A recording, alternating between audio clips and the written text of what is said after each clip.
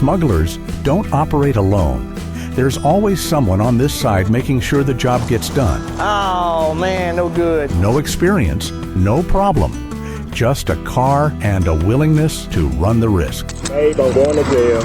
But in this business, the payout often comes with a prison sentence. And then who are they? Your friends? Where are your friends coming from?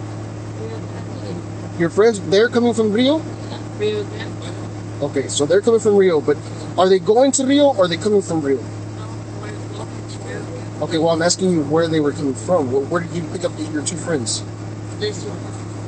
Which house? Where? You want to turn off for us? Turn off for us? Make sure I'm head right your back. Place under arrest for use of turn off. Pero why you Turn off.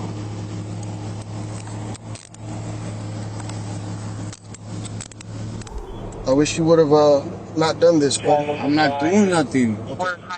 During the initial traffic stop, troopers noticed individuals unrestrained in the backseat of the Dodge Charger. They suspected that the male driver and the female passenger were involved in human smuggling. However, they were in for an unexpected turn of events. Is there anybody in the truck before I continue? Bro, there's somebody in the truck? Hey, pop the trunk.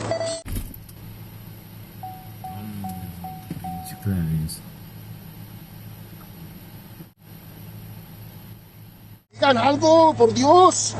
Véngase. Watch him. Handcuff him, bro. Huh? Handcuff him. Siéntese. Sentadito. Hey, We got 3 more in the trunk. We're gonna need additional units. Siéntese. No vaya a correr, por favor.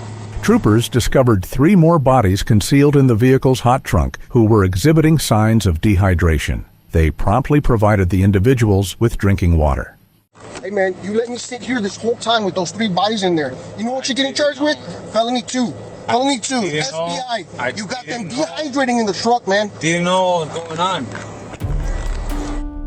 The driver and passenger are now facing charges of smuggling people. Troopers referred the undocumented migrants to the U.S. Border Patrol.